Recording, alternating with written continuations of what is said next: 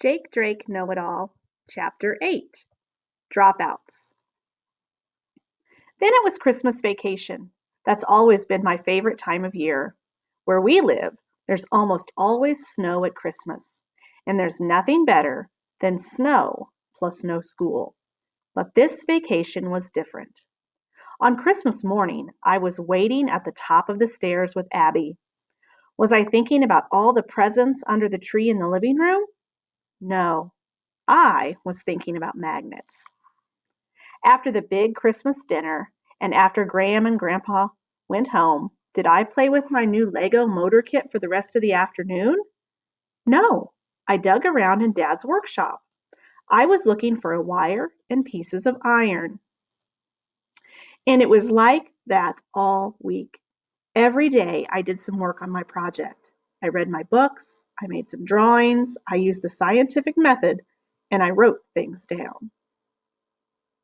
One day I had Mom take me to the hardware store. We bought 4 big batteries. Each one was as heavy as a jar of peanut butter, a full one. We bought 2 of the biggest nails I had ever seen. They were about a foot long and thicker than my pointer finger. Then we went to Radio Shack, and I bought 2 big spools of thin wire. That was what my vacation was like. When I wasn't working on my project, I was thinking about it. I didn't work on it the whole week, not every second. One day I went sledding with Willie.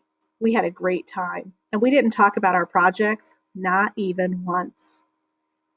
And I did build this amazing Lego machine, which Abby wrecked. So even a big science fair project can't ruin Christmas, but it came pretty close. The week after vacation, Kevin went from being a know-it-all to a show-it-all. You know how hard I worked to keep my project a secret. Kevin worked even harder to show and tell everyone about his, all the time. If kids walked past Kevin's table, he would start telling all about his ants. And if they tried to walk away, he'd say, "And look what else I found out." Kevin worked on a big poster at the table by the windows. He just left it lying there for everyone to see. The poster was great. It really was. And it wasn't even half done. In the gym on Tuesday, Kevin lay down on the floor by the wall.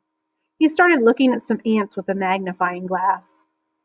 They were in a long line, marching towards the door to the cafeteria. When the kids came around, he told them how he had found out the way ants smell things and how their eyes and jaws work. And Kevin brought these amazing pictures.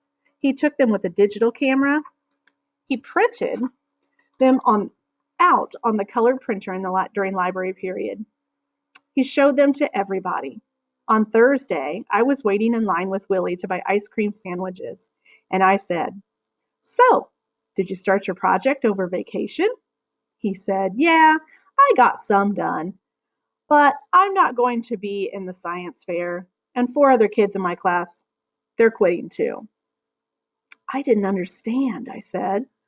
"What do you mean?" Willie peeled back the paper and bit off a corner of his ice cream sandwich. He said, "I quit the science fair. It's just too much trouble.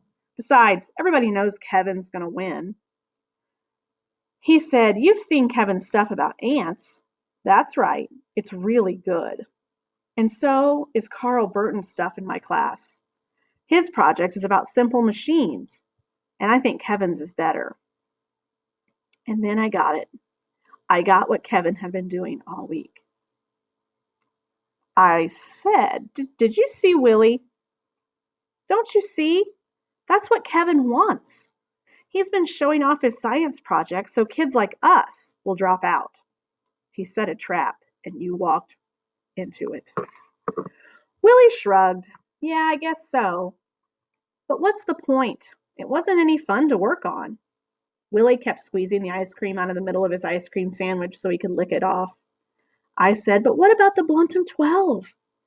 And a whole year of free internet? Don't you want to win that?" Willie shrugged. I mean, sure, that would be great, but I don't really need a new computer. And who wants to just try to beat Kevin all the time? Well, that made me think. And I got madder and madder at Kevin. Hmm. He didn't really break any rules, but what he was doing didn't seem fair. And I got mad at Marcia because she was just as bad as Kevin. All week long, she's been telling everybody about her project, too.